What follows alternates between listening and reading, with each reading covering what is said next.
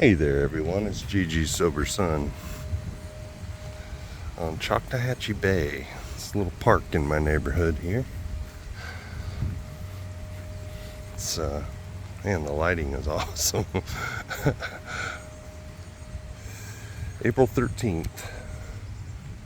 Having found my way into this new world by the grace of God and the help of AA, am I going to take that first drink when I know that just one drink will change my whole world? Am I deliberately going back to the suffering of that alcoholic world? Or am I going to hang on to the happiness of this sober world? Is there any doubt about the answer? With God's help, am I going to hang on to AA with both hands?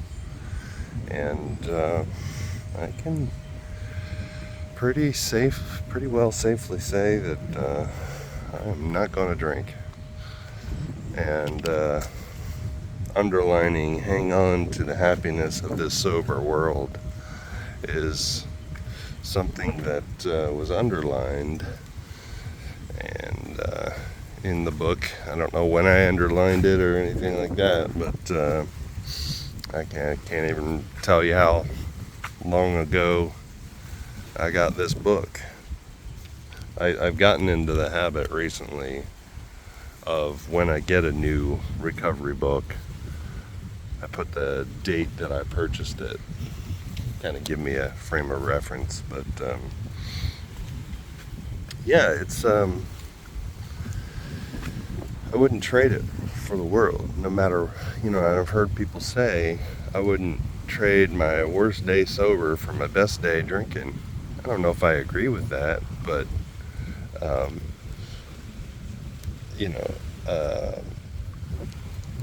definitely know that every day I don't pick up a drink, I'm in with a chance. So there's that. Meditation for the day. I will try to make the world better and happier by my presence in it. I will try to help other people find the way God wants them to live. I will try to be on the side of good, in the stream of righteousness, where all things work for good. I will do my duty persistently and faithfully, not sparing myself.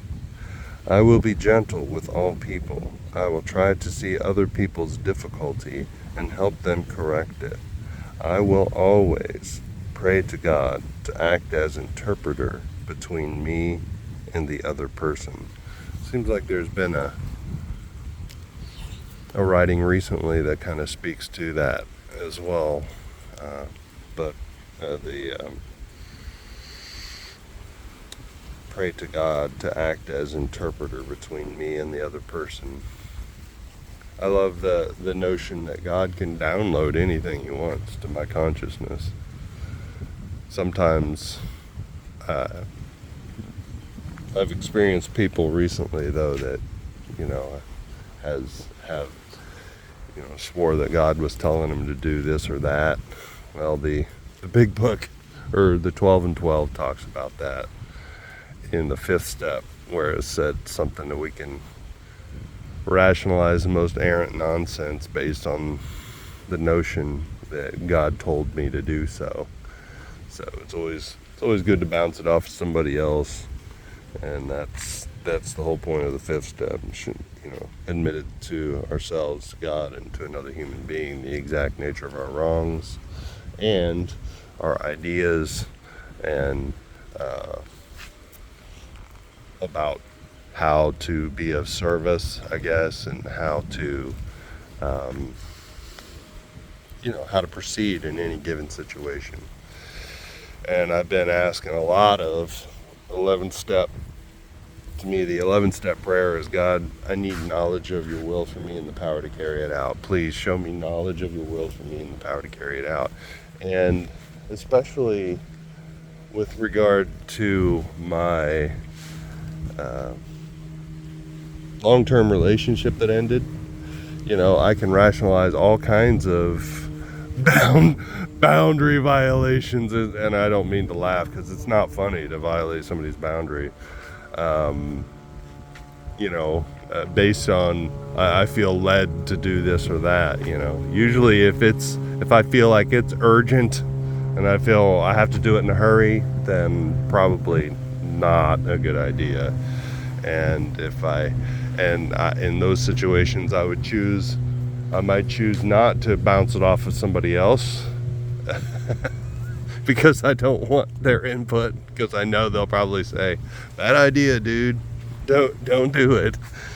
But it's a live and love and learn and grow program, and every day I don't pick up a drink, I'm in with a chance. And every time I think about that relationship now, I get kind of full of anxiety. So I'm just going to have to, I think I had held out hope that it might eventually, work out.